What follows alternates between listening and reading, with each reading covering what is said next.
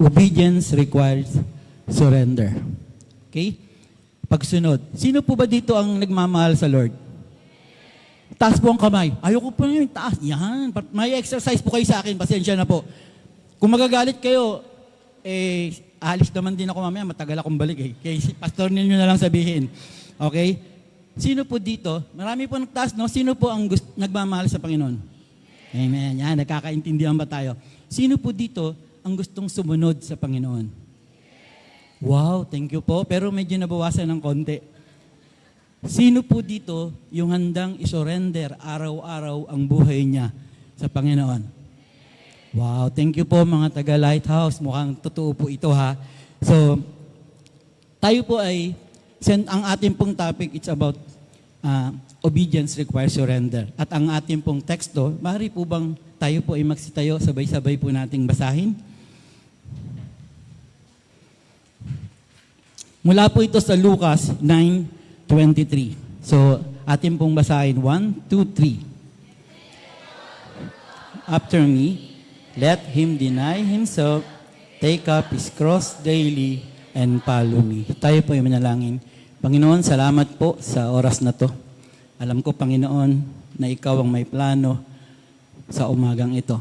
And I pray, Lord, na ang bawat isa na narito ay handang magbukas ng isip, ng puso, upang pakinggan ang mensahe na nagmumula sa iyo.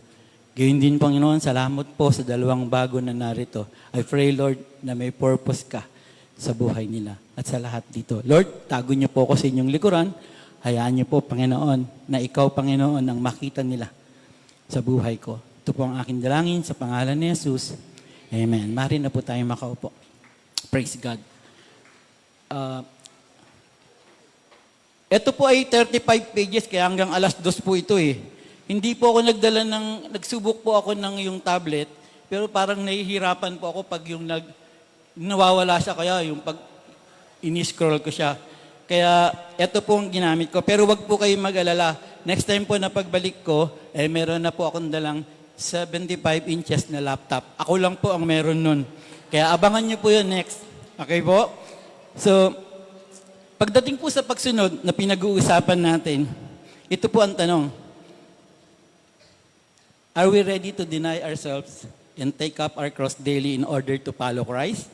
Handa po ba tayong kalimutan natin ang ating sarili sa araw-araw at sumunod kay Jesucristo? Amen? Amen. Yan. Gusto ko po talaga may kausap po. Pasensya na po kayo. At ang ating pong sentro ng pag-uusapan, ang ating pong central thought, true obedience begins where self ends. When you fully surrender your will and you finally walk with God's will. Amen. 34 na lang. Alam niyo po, pag sinabi kasing salvation, pag sinabi pong sa buhay natin, kung sino si Kristo, ang naisip po natin, ano na po parang palasak na po na ang Diyos ang ating Savior. Amen? Siya po ang nagligtas sa atin, binigyan niya tayo ng pagkakataon na magkaroon ng buhay na walang hanggan. Pero, minsan po nakapokus lang tayo doon. Nalilimutan po natin minsan. We accept Jesus as our Savior kasi ayaw nating mapunta sa impyerno. Sino pong gustong mapunta sa impyerno? Wala naman po, no? O meron na po bang parang impyerno na ang buhay nyo ngayon? O hindi naman. Okay. Malabo po yan. Hindi ko po inaasahan na may sasagot sa Lighthouse kasi alam ko po na nakapokus tayo sa Panginoon. Amen?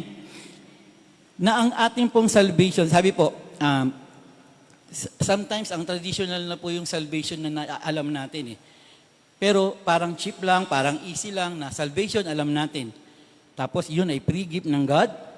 I-accept natin si Jesus, magkakaroon tayo ng eternal life. Magkakaroon tayo ng bigay natin ng ating puso and we will go to heaven. Minsan we accept Jesus our Savior and not as our Lord. Amen po ba? Thank you. Parang sinasabi lang po natin na, Lord, iligtas mo lang ako, pero sa susunod, bibigay ko na, ihandog ko na ang buhay ko sa iyo. Wala po yung pagkakaiba sa aming mga tatay, madalas namin pinag-uusapan yan. Pastor Jess, mabigyan lang ako ng trabaho ng Panginoon. Magsisikap na ako at tutuloy-tuloy na ako sa paglilingkod. Nung nabigyan na po ng trabaho, Hindi ko na po siya nakita. Kaya minsan ganun lang yung pagtingin natin sa pagsunod sa Panginoon.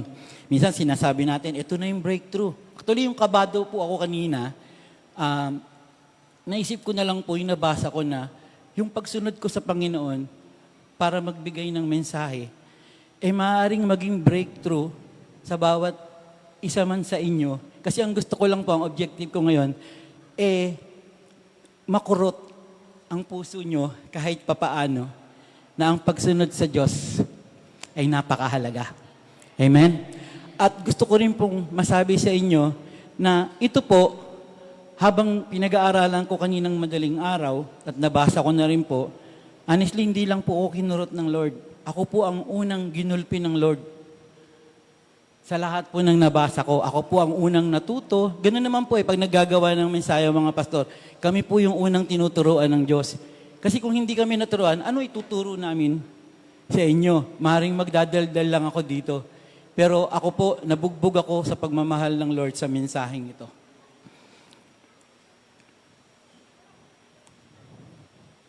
We accept Jesus Christ para maligtas tayo, hindi para maging Diyos na buhay natin. Tama po ba? Yun po, paulit-ulit kong sinasabi na minsan nakatuon lang tayo sa salvation. Pero pag sinabi natin maglilingkod na tayo sa Panginoon, medyo tumatahimik na po. Kasi bakit po? Kasi tunay po kasi na minsan, talagang ang buhay natin, kultura ng Pinoy, ang mahal natin, unahin natin. Justin Bieber, love yourself, di ba? The greatest love of all is to love yourself. Masyado nating mahal ang sarili natin.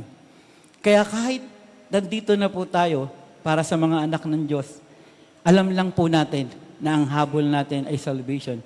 But we do not want, parang lagi po nating iniisip na hindi natin kayang maglingkod sa Panginoon. Ang gusto lang natin, blessing. Ang gusto lang natin, breakthrough. Ang gusto lang natin, answered prayer. Pero hindi natin gusto na isuko ang lahat ng buhay natin sa Panginoon. Kasi gusto pa rin nating hawakan ang buhay natin. Amen? Amen. Sige po. 32 na lang. Gusto natin tayo po ang nasusunod. Pero malinaw na sinabi ni Jesus sa Luke 9:23, if anyone will come after me, let him deny himself, take up his cross daily and follow me. Tatlo lang po. Dito po talaga iikot ang pag-uusapan natin. Pero hindi sinabi ng Diyos na follow me pag kumbiente lang ang buhay natin. Maganda. Hindi sinabi ng Lord na follow me kung kaya mo lang. Kung kailan mo trip. Ang pagsunod kay Kristo ay hindi seasonal. Ito po ay total surrender. Sabihin mo sa katabi mo, surrender. Amen. Sabihin mo, isuko mo na. Sige po, paulit po, sabihin, isuko mo na.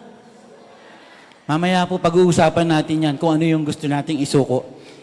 You cannot follow Jesus while holding on to yourself. Hanggat ang nasusunod ay sarili mo, hindi ka tuloy-tuloy.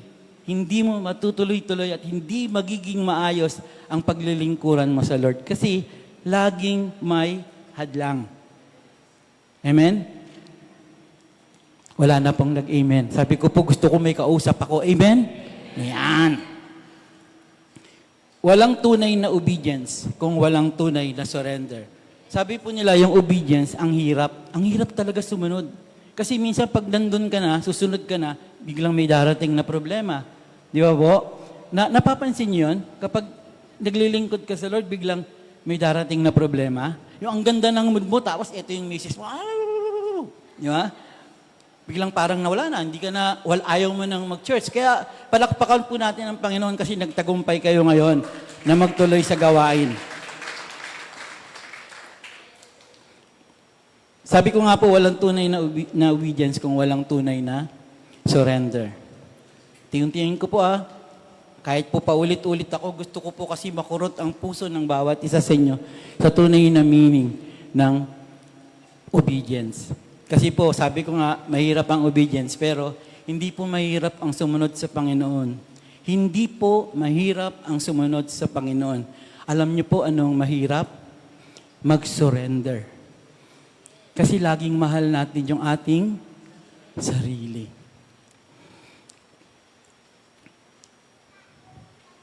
Masasabi na talagang sumusunod tayo kay Kristo if we are totally surrendered sa Diyos in order to obey and follow Him. Ito po tatlo ang iikot ang pag-uusapan natin.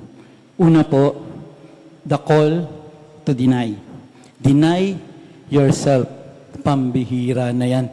Yun nga yung pinag-uusapan natin eh. Ang laging unang mahal natin ay sarili. Pero para sumunod sa Lord, ang unang requirements, deny yourself. Amen? Tutuloy pa po ba natin? Kaya pa ba ang pag-usapan? Ready pa po ba kayo?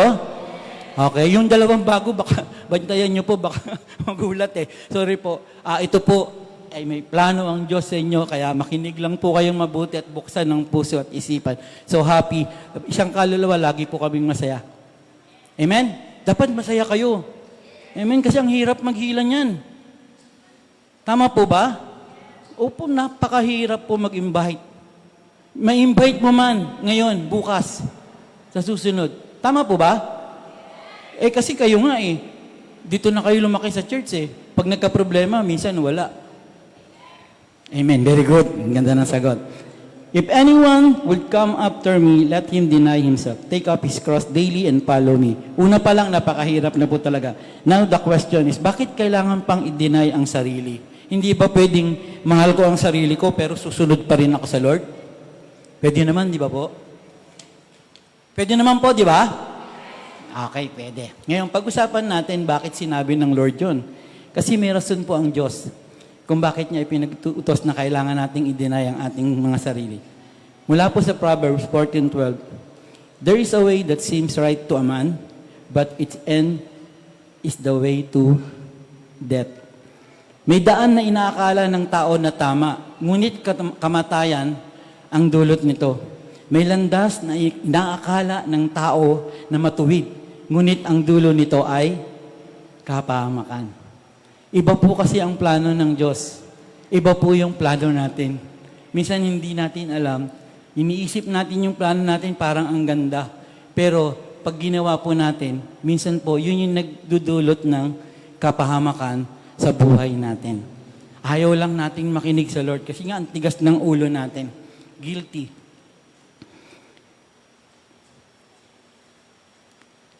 Kasi po ang pinakamalaking kalaban po ng obedience sa Lord, hindi po ang demonyo. Amen. Ang sarili po natin. Huwag niyo po akong tingnan ng linawin ko po, Ang pinakalaking kalaban ng obedience sa Lord ay hindi ang demonyo, kundi ang sarili natin. Okay? Ang linaw po hindi ko sinabing kayo ay sarili natin. Ano po ibig sabihin nun? Kasi yung feelings natin, yung mga plano natin, yung desires ng heart natin, kahit minsan, hindi naaayon sa kalooban ng Lord, yun ang pinupus natin. Amen po ba? Guilty po ba? Okay. Bato-bato sa langit, ang tamaan, bukol. Sapul na sapul. Kaya hindi tayo makasundo, hindi tayo makasunod sa Panginoon. Kasi mas pinipili natin yung sarili natin. Kaya hindi tayo makakomit na pumasok sa ministry. Kasi marami tayong gustong gawin na pang sarili natin. Sabi ng mga kabataan, saka na, bata pa naman ako Di ba? Tapos kanina, kausap ko po si Sister May. Sabi niya, tagal na rin niyang hindi song lead. Okay, matagal na raw po. Tapos, paano po kung sinabi sa iyo, ikaw magpakanta sa susunod? Okay? Hindi niya po pwedeng idahilan yung edad niya. Amen? Bakit po? Kasi wala pong edad ang pagsunod sa ating Panginoon. Kaya po, lagi tayong aware na dapat kahit ano pong edad natin, hanggat may lakas pa tayo, ibigay po natin sa Panginoon. Okay? 30 na lang po. Sabi ng Lord, anak, magkumit ka sa pagtugtog, magamit yung talent mo. Busy po sa school, busy sa work, ang daming dahilan. Masakit mo pong sabihin, pero madalas, hindi minsan, mas mahal natin talaga yung ating sarili. Ang masaklap, hindi lahat ng nararamdaman nga natin ay tama, mga kapatid. Madalas yung kalooban natin talagang ipapahamak tayo. I tell you mga kapatid, sobrang hirap po kalaban ang ating mga sarili. Lalo na po pagdating sa kaisipan. Kaya minsan tumitigas yung heart natin kasi yun yung iniisip natin. Tama yun, tama yung gagawin ko. Pero hindi pa natin nilalapit o hindi natin pinagpipray sa Panginoon. Yabang natin minsan, tama po ba? Minsan madalas nga eh. Gaano kadalas ang minsan? Eh di madalas ang minsan. Doon lang iikot yun doon. Hindi na po natin may iba yun. Mula po sa Roma 7:15, sinabi po, hindi ko maunawaan ng aking sarili sapagkat hindi ko ginagawa ang gusto ko, sa halip ang kinasusuklaman ko, ang siya kong ginagawa. Yun po yun eh. Minsan hindi natin napapansin na kahit alam natin yung tama, na yun ang dapat nating gawin, ang ginagawa natin ay mali. Kasi marami pong maling sitwasyon sa buhay natin na akala natin minsan, nagbibigay siya ng kasiyahan, kagalakan, pero, I tell you mga kapatid, pansamantala lang yan.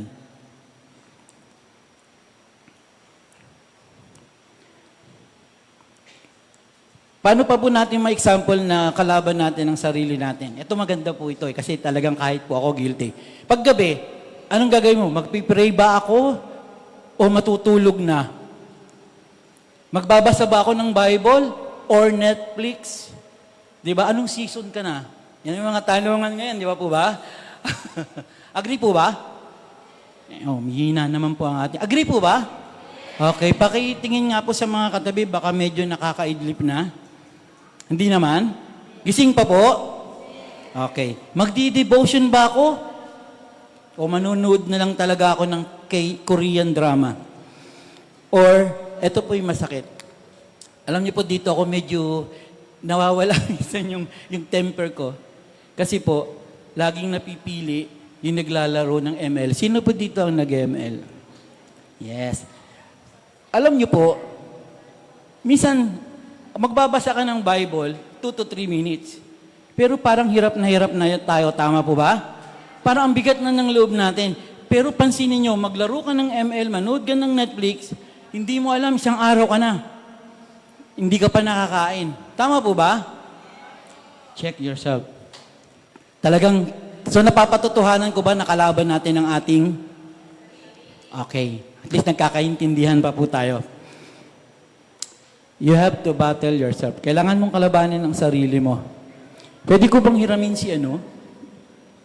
Nasaan si Brother Wilson? Wala? Wala. Brad, ikaw na lang. Ay, sige. Ikaw na lang. Nahiya ka? Ikaw na lang, Brad. Kasi kung laki nito. Halimbawa lang po, ito yung aking, ako po yung spirit, ito po yung aking flesh. Sabi ko sa kanya,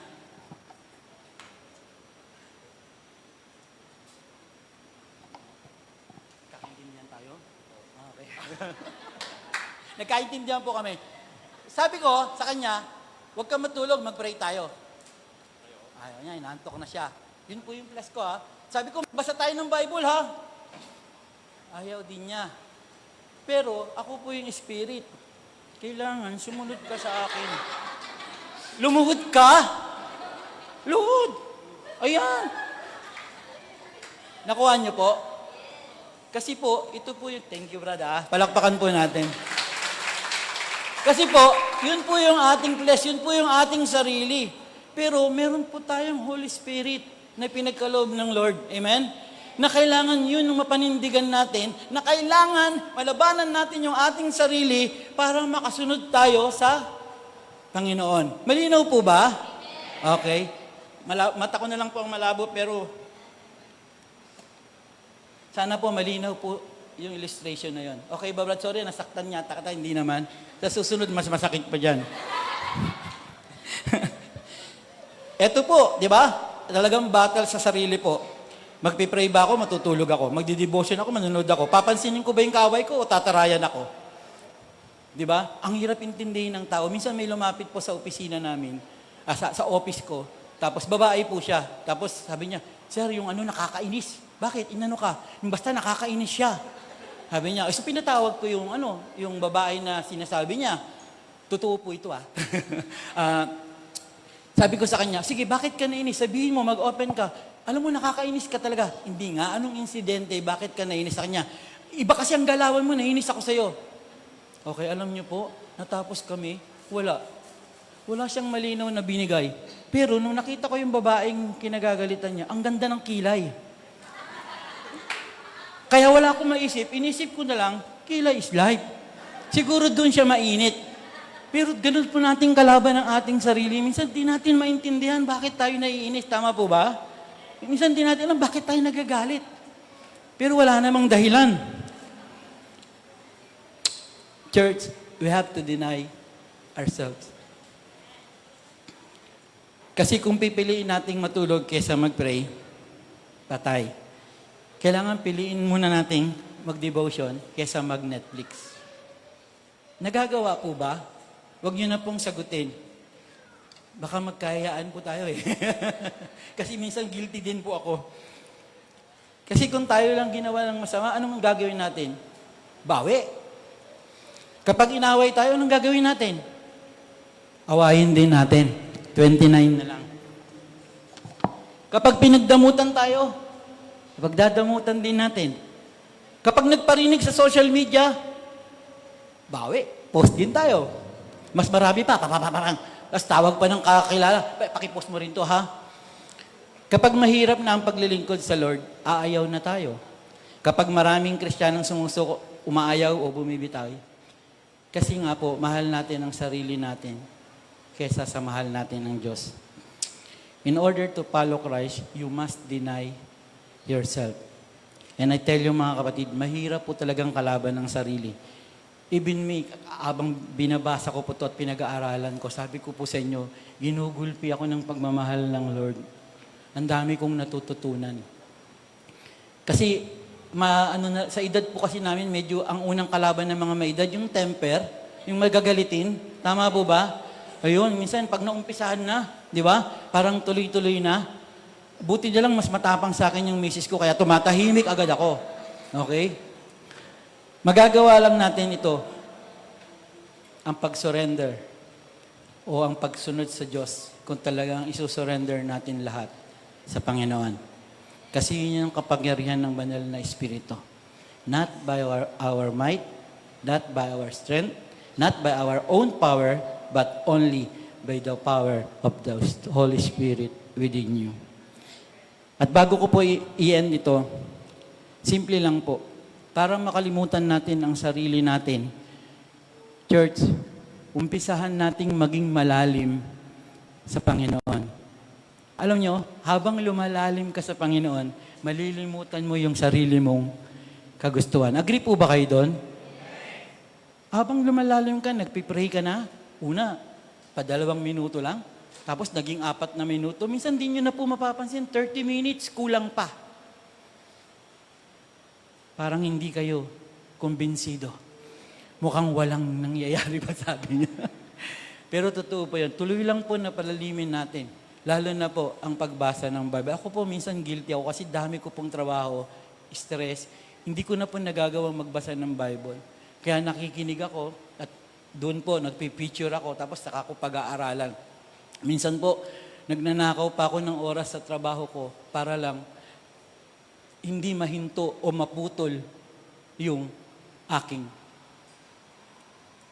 Baka ma-misinterpret niyo po Yung nakaw na sinasabi ko, it's more on aking mga break time. Lahat po yan. Yung time na kailangan ko, kahit nandun, kailangan po talaga na magkaroon tayo ng pagkakataon na ituloy ang paglalim sa Panginoon.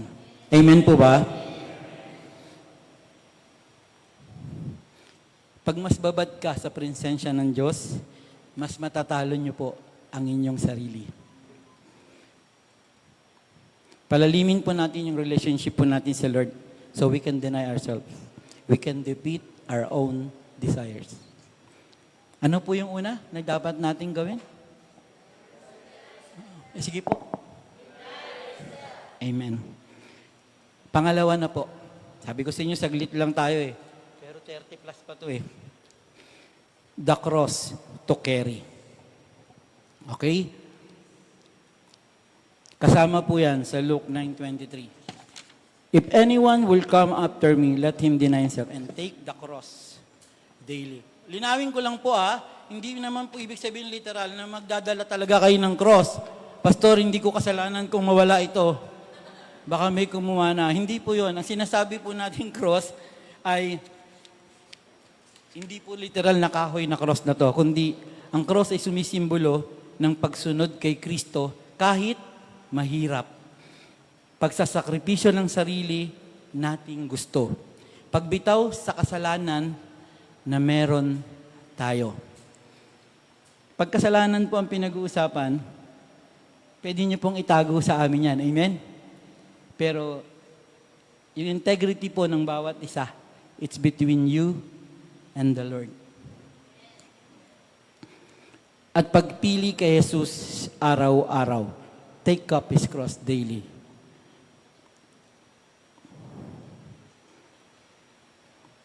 Bakit kaya araw-araw? Hindi ba pwedeng Sunday lang? Total Sunday lang naman tayo.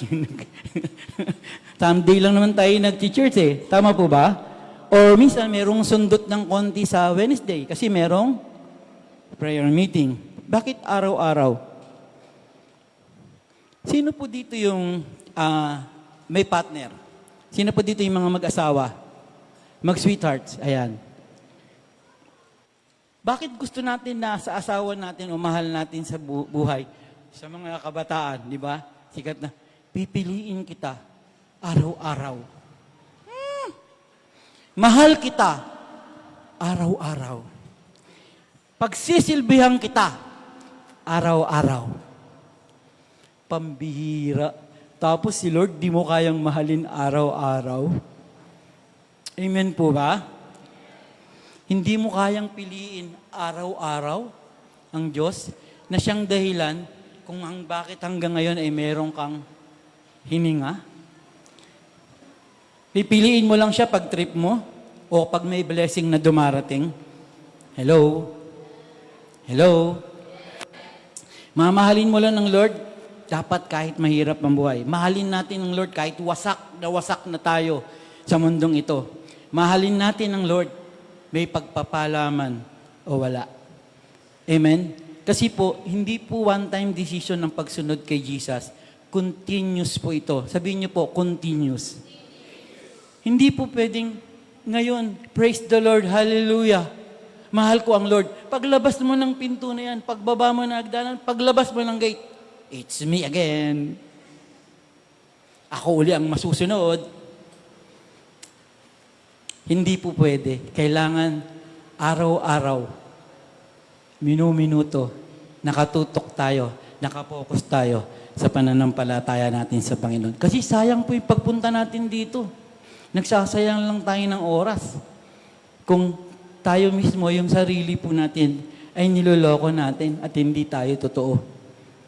Lalo na kung may mga kasalanan na hindi pa po natin kayang bitawan. Kaya kailangan natin magpalalim sa Lord. Susundin ba natin ang Diyos o sarili natin? Magpapatawad ba tayo? Iiwas ba tayo sa temptation? Mananatili ba tayong faithful kahit nakakapagod? Araw-araw mong bubuhatin ang cross mo. Ang asawa mo, hindi cross yan. Hindi lang kayo minsan nagkakaintindihan. Pero araw-araw mong mamahalin talaga ang asawa mo. Wala kang choice. Binigay lang Lord sa iyan. Wala akong choice. Mahal na mahal ko po yung asawa ko. Magagalit si Pastor Neil, kapatid niya po yun. Araw-araw mong piliin na sumunod. Araw-araw kang makikipag-battle sa sarili mo. Take up your cross. Hindi weekly, hindi Sunday lang, kundi daily. Mula po sa 1 Corinthians 15:31, For I swear, dear brothers and sisters, that I face death daily. This is as certain as my pride in what Christ Jesus. Hindi po literal na namamatay si Pablo araw-araw. Ang ibig niyang sabihin, araw-araw niyang sinusuko ang sarili niyang kagustuhan, nagtitiis sa hirap at patuloy na pamumuhay para kay Kristo. Dahil po ang pagsunod kay Jesus Christ, may kasama pong sakripisyo. Si Apostol Paul po ay pinugbog, pinag-uusig, kinulong. Pero patuloy siyang sumunod sa ating Panginoon. Bakit? Dahil araw-araw niyang pinipili ang Diyos. Obedience is not a one-time decision. It is a daily bread. Mga kapatid, araw-araw tayong may laban. Ang tanong, pipiliin po ba natin ang Diyos o ang sarili pa rin nating desisyon? Pipiliin pa rin ba natin magpatawad o wag na lang? Pipiliin ba nating umintindi o tayo ang gusto nating laging iniintindi? Sa lahat po ng aspeto ng buhay natin, sa paggamit mo ng cellphone, sa relasyon na meron ka ngayon, sa trabaho mo, sa isip mo, kung meron mong paglalaban, yan ay krus na bubuhatin at kakaharapin mo. Hindi mo pwedeng sabihin, sumunod naman ako kahapon ha, dahil ang obedience kahapon ay hindi sapat para sa ngayon. Let us remember mga kapatid na ang cross po ay hindi accessory. Burden siya. Hindi po natin pwedeng sabihin, Lord, gusto kitang sundin, pero ayoko ng cross. Ayoko ng sacrifice.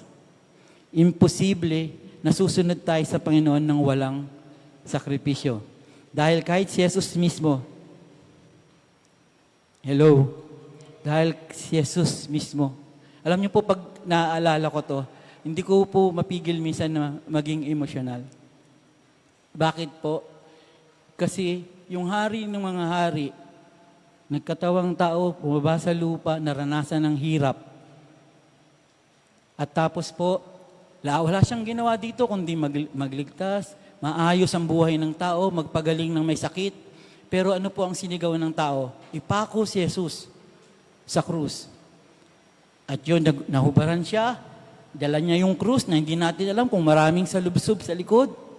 At tapos, alam niyo po, ito yung dalawang bagay na naiisip ko. Alam niyo po yung pang-latigo sa kanya, yung dulo po nun may mga parang sibat. At kada palo sa kanya, paghugot nun, kasama yung laman. Tapos, yung tinik, nasabi nila crown, pero tinik na pumapasok sa ulo ng Panginoon. Pero hindi po umangal ang Lord. Sumunod siya sa Diyos Ama. At hindi po siya nagreklamo. Sinurrender niya ang buhay niya sa mga walang kakwentang-kwenta na tulad natin. Na laging nag-iisip ng sarili natin. Hindi po tayo karapat-dapat sa Panginoon, pero dahil sa grasya at awa ng Panginoon, iniligtas niya tayo. Amen? Marami ang gusto ng crown, pero ayaw ng cross. Gusto ng blessing, pero ayaw ng surrender. Gusto ng victory, pero ayaw ng mamatay ang sarili para sa Panginoon. Everyday, kapatid, daily po yan. True Christianity is not just Sunday worship. It is a daily cross bearing. Not just, Lord, bless me, but Lord, change me. Not just believing in Christ, but following Christ every day. Ang tunay na Christianity ay hindi lang Sunday worship, kundi araw-araw, hindi lang Lord bless me. Ulitin ko po, hindi lang Lord bless me, kundi Lord change me. Yan po ang laging panalangin natin. Pero babalik na naman po ako sa tanong, sino po ang masusunod? Ang Diyos o ang sarili natin? Hindi lang paniniwala kay Kristo, kundi pagsunod kay Kristo araw-araw. Dahil ang tunay na laban po natin, hindi po dito sa loob ng church. Paglabas niyo po. Doon po makikita kung gaano nating kamahalan Diyos at susunod tayo sa Kanya. Dito madali lang tayo mag-worship kasi hindi tayo iisa. Marami tayo, mahahawa ka. Pag nakita mo nakapikit, tapos ganadong-ganado yung katabi mo, mahahawa ka na. Tama po ba? Pero paglabas natin at pag tayo na lang mag-isa, outside the church, ang Diyos na lang at ikaw po ang nakakaalam ng totoo sa buhay mo. We are carrying our cross daily, not just every Sunday, not just every week. Amen po ba? Kaya po, yung cross na yan, sana po, huwag niyong pagsawaan. Araw-araw, dalin natin nang hindi tayo kundi kasama natin ang Diyos. Kasi kung ikaw lang, hindi mo kaya. Amen? Kahit simpleng problema lang. Dito praise ka ng praise. Paglabas mo dyan, may problema na. Wala na. Nawala na yung humbleness, nawala na yung humility sa buhay mo. Nagagalit ka na. Nakakapagsalita ka na ng masakit. Nalimutan mo na nandyan ang Lord. Hindi ikaw. Kasi tingin tayo ng tingin sa future. Tama po ba? Pero sa totoo naman po, ang future natin, ang Diyos. Amen? Okay po. Last. Sana lang po. Okay po ba kayo? Okay pa ba? Okay. Check nyo po yung katabi nyo. Baka medyo... Okay pa rin? Okay pa rin, guys. Very good. Hallelujah. Ang pangatlo po, the commitment to follow. Di ba po? Sabi, deny yourself, carry your cross, tapos ngayon, commitment na to follow. Paglingin ng Lord, wala na siyang kasunod. Kasi ayaw i-deny ang hirap ng dalawa di ba po? Ang hirap And then, pagtingin ng Lord sa likod, wala nang sumusunod sa Kanya. Wala po sa lighthouse noon. Amen? Wala po sa lighthouse noon. Okay lang po. Medyo parang nag-iisip kayo di ba, no? Pero, yan po ay tanda na ako po ay nabibless kasi may kinukurot na. Amen? Amen po ba? Hindi po ako ito na kumukurot niyan, kundi ang Diyos ang nagpapaalala sa inyo. Amen? Walang edad, mga kabataan, na dahilan para magiging hadlang sa pagsunod mo sa Diyos. Kahit bata ka pa. Natutuwa nga po ako, meron kaming isang sa children's ministry, isang bata. Grabe po talaga. Sobra. Siguro mga 6 or 7 yung Yesha, yung pangalan. Siguro mga ilang taon yun. Pero grabe. Pagdating ng worship, nandiyan na yan. Hindi mo makikita nagagala. Kumakanta na yan. Tapos ang dami na niyang alam sa Bible. Kaya sobrang nabibless po ako sa bata na yun. If anyone would come after me, let him deny himself, take up his cross daily, and follow me. Ang malungkot po dito, maraming hindi na umaabot dito kasi nalaman na yung requirements. Sandali lang po Hirap talaga ng may trabaho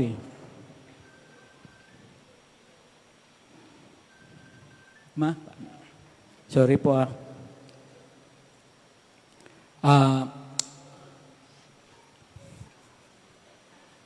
ang hirap ng maraming boss. Pero ang Diyos po ang boss ko, kaya hindi ko muna siya papansinin. Amen? Ang Diyos po ang tunay na boss ko. Sabi ng Lord, kung sinong gustong sumunod sa akin, i-deny mo ang sarili mo, tapos buhatin mo ang cross mo, tapos halika na. Insist, follow me. Hindi po hinahanap ng Lord yung magaling. Ang hinahanap ng Lord ay yung willing. Are you willing to follow the Lord? Amen. Praise God. Willing siyang kalimutan ng sarili niya. Bakit po paulit-ulit, no? Kasi magmula sa umpisa, sinabi ko na po, ang pinakabigat nating kalaban ay sarili. Kaya gusto ko po, uuwi kayo na alam po ninyo yun.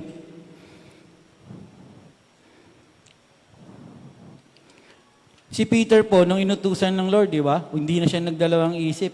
Sunod agad. Walang excuse, walang delay, walang condition. Walang pag-aalinlangan. At yun po ang problema natin minsan. Minsan hindi tayo makasunod sa Lord kasi hindi tayo makapag-commit. Kasi hindi tayo fully nagtatrust sa Panginoon. Kasi nga ang tiwalaan natin, laging sa sarili natin. Kaya ang mga tao, kasama na po ako, ang kukulit talaga natin. Tama po ba? Sabi ko na takot tayo sa future, pero ang future ay ang Panginoon. Amen? Gusto ko lang pong mag-share sa inyo. Maikli lang po ito. Nung ako po ay, ganito po kasi yung takot ko sa future noon. Yung mga anak ko, di ba? Lagi, alam ko, na-share ko na po ito sa inyo. Ang pangarap ko sa anak ko, siyempre, makatapos ng pag-aaral, magkaroon ng magandang trabaho. Yun po yung laging ng magulang. Pero ang problema, nalimutan ko po yung paglilingkod ko sa Panginoon. Hindi ko na po nabalanse. Ang gusto ko makatapos. Ay, naramdaman ko na lang po, parang ang layo na ng mga anak ko sa kalooban ng Diyos. Amen? Kaya po nung naghanap kami sa General Trias ng church, nakabalik po ako sa Lord. Nakasama ko yung mga anak ko. Kahit medyo maraming struggle, doon po ako na commission as pastor sa isang church. At doon po, nakita ko kung paano kumilos sa buhay ko ang Panginoon. Proud daddy lang po. Gusto ko lang po sabihin sa inyo, 2 na po yung anak ko na ordained preacher. Yung bunso ko at saka babae. Tapos yung pangatlo ko po ay matagal po namin, matagal po namin pinag-pray ng asawa ko. Kasi nawala talaga siya sa Lord. Alam namin na nabubuhay siya sa mundo. Pero sa edad niya, na hindi na namin nakontrol, mahirap na kontrolin. Kaya panalangin na lang ang habol namin. Prayer, prayer, prayer. 3 buwan na po siya naglilingkod sa church ngayon sa Panginoon. Yes. At siya po ay isang worship leader. Kilala niyo po si Teacher Empoy. Amen. Tapos yung isang anak ko po na nasa Australia, mukhang nag-i-start na po, nagpipreach na rin siya. Okay? Ito po yung matindi. Pagtapos po nito, 1 o'clock, uuwi po kami. Kasi po, mamaya kasama po namin sa Manila yung pangalawa kong anak. Ngayon po siya i-ordain as pastor. Sige po, palakpakan natin ang Panginoon. Hallelujah. Praise God. Pero, nagsishare kami kay Pastor Neil. Ganun po ang blessing ng Lord. Ganun po pinapatunayan ng kabutihan ng Lord. Pero, inuuga pa rin po kami. Meron kaming struggle ngayon sa church. Meron kaming dinadanas. Pero, focus lang. Kasi, wala namang mahirap sa Diyos. Amen? Parang buhay. Kalimutan mo ang sarili mo. Follow me. Kaya nawa tayo susunod sa ating Panginoon. Wala po tayong pag-aalinlangan sapagkat buong pusong pagsunod po ang nais ng ating Diyos. Partial obedience is complete disobedience. Ulitin ko po. Partial obedience is complete disobedience. Hindi po tayo pwedeng mamili pagdating sa inuutos ng Diyos. Hindi, ito lang Lord. Ito hindi ko. Ayaw ko to. Ito. Hindi po pwede. Okay? Talagang kailangan full po ang ating obedience at pagsunod sa Panginoon. Pero ang tanong, may area pa ba po sa buhay nyo na bakit hindi kayo magtuloy-tuloy ng sumunod sa Panginoon? Meron pa bang hadlang? May umahadlang ba? May kasalanan ba na ayaw bitawan? May relasyon ba na humahadlang para sa kalooban ng Diyos? Meron po bang kailangang patawarin pero hindi magawang patawarin? Kasi hindi pa siya nagsusorry. Hindi mo pwedeng sundan si Kristo habang may hawak ka niyan, kapatid. Tingin po kayo sa akin. Isipin niyo lang po si Pastor Neil uli. Guys, pag hindi po natin binitawan yan, yan po yung ating sarili na ayaw sumunod sa Panginoon. Sayang po. Alam niyo bakit? Kasi ang daming favor ng Lord na pwedeng ibigay sa atin na hindi lang natin maranasan kasi nga hindi full ang pagsunod natin sa Panginoon. May mga bagay na hindi natin mabitawan. Relasyon, bisyo, pride, unforgiveness, control. At sa mga oras pong ito, ay alam po natin, naririnig natin. And if there's still a part of you na ayaw pa rin nating isuko, I tell you, and I warn you mga kapatid, what you refuse to surrender will continue to control you. Kailangan po nating mag-surrender. Hindi po bukas. Ngayon. Hindi next week. Ngayon. Sabihin mo sa tabi mo, isuko mo na yan. Kung ano man yan. Kasi hindi natin masusundan si Jesus kung hindi natin iiwan ang sarili natin. Hindi natin mararanasan ang breakthrough kung ayaw nating mag-let go. At para sa conclusion, dito na po ako magtatapos. Surrender is not losing your life. It is finding the life God designed for you. Amen po ba? Obedience requires surrender. And I want to end po sa God's message na ito. Ngayon pa lang po sinasabi ko na sa inyo, hindi po madaling sumunod sa Panginoon. Sorry po sa dalawang bago. Pero may plano ang Diyos kung bakit kayo narito. At isa lang po ang gusto kong sabihin sa inyo, gaano man po kahirap yan, gaano man po yan parang negative na sa isip natin, pag sumunod ka sa Lord, worth it. Amen?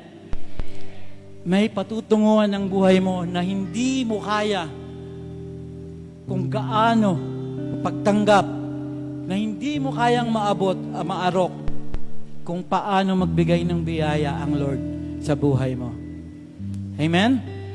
Praise God. Kaya po, yung hadlang po na tinatanong ko sa inyo, yung heartbreaks, yung mga sins, okay lang po, mahirapan tayo. Okay lang magsakripisyo tayo para sa Lord. Okay lang masaktan tayo para sa Lord. Kasi una niyang ginawa yun para sa atin. May area pa po ba sa buhay natin na umahad lang para sumunod sa Panginoon? May kasalanan po ba na hindi mabitawan? Meron pa po ba tayong kailangang patawarin na hindi pa natin napapatawad? Hindi ko po masasagot. Kayo po ang nakakaalam sa puso niyo.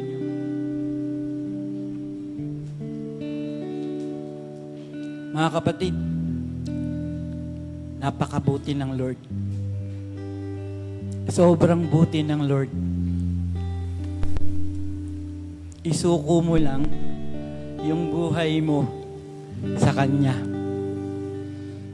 Kaya kung meron man po sa inyo na nandyan pa yung mga dahilan, yung bigat na yan, sama-sama po nating ipapanalangin yan. At ako po, kahit hindi nyo na ako makasama, patuloy ko pong isasama ang Lighthouse. Lahat po. Na magpatuloy tayo. Kahit ano pang nadanasan natin. Yung mga mapuputi na ang buhok na nagpapatuloy, thank you, Lord.